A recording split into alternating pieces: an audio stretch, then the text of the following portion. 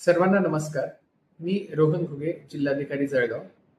आज दिनांक 15 मार्च रोजी आपण पूर्ण सगळे HPCL, IOCL, BPCL यांचे सप्लायर्स तसेच गॅस एजन्सीज आणि डिलिव्हरीज यांच्या सगळ्यांच्या बाबत एक बैठक घेण्यात आली आणि त्या बैठकीदरम्यान झालेल्या चर्चेनुसार संपूर्ण जिल्ह्यामध्ये IOCL, HPCL, BPCL या तिन्ही एजन्सीकडे असणारा पुरवठा आणि असलेला स्टॉक हे दोन्ही अगदी पर्याप्त मात्रेमध्ये, म्हणजे अशी सिच्युएशन निर्माण होण्याच्या आधी जेवढ्या मात्रेमध्ये उपलब्ध होते त्याच मात्रेमध्ये आजही उपलब्ध आहेत असं दिसून आलेलं आहे.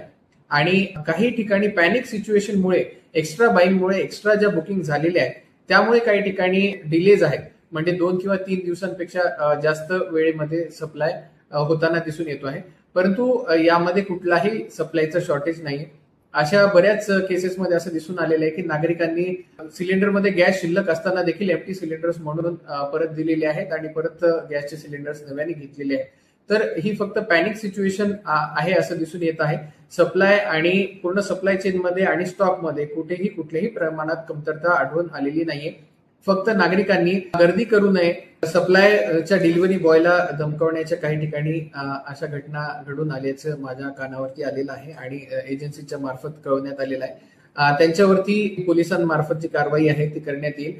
आणि एजन्सीजमध्ये पण मोठ्या प्रमाणावरती लोक गर्दी करताना दिसून येत आहेत, तर तीही गर्दी करण्याची आवश्यकता नाहीये, कारण जी ऑनलाईन सिस्टीम आहे ती पूर्णपणे व्यवस्थित सुरळीत चालू आहे. तर माझी नागरिकांना विनंती आणि आवाहन असेल की आपण ऑनलाईनच्या सिस्टीमच्या माध्यमातून ऑनलाईन बुकिंग असेल आणि eKYC आणि OTPच्या माध्यमातून जे आपल्याला मिळणारे सिलेंडर्स आहेत, ही सिस्टीम व्यवस्थित चालू असल्यामुळे आपण कृपया त्या सिस्टीमचा लाभ घेऊन घर बसल्या या सिलेंडरची डिलिव्हरी घ्यावी आणि कुठेही अशी पॅनिक सिच्युएशन क्रिएट करू नये अशी मी सगळ्यांना विनंती करतो. कुठेही साठेबाजी किंवा काळाबाजारी करताना जर आढळून आल्यास त्याच्यावरती एसेन्शियल कमोडिटीज ऍक्टच्या अंतर्गत कठोर अशी कारवाई करण्यात येईल. त्यामुळे माझं सर्वांना आवाहन असेल की अशा कुठल्याही गोष्टींना थारा देऊ नये आणि अशा कुठल्याही गोष्टी तुमच्या निदर्शनास येत असल्यास त्याची तात्काळ कंप्लेंट रजिस्टर करावी, जेणेकरून अशा विकृत गोष्टींवरती आम्हाला तात्काळ आळा घालणे शक्य.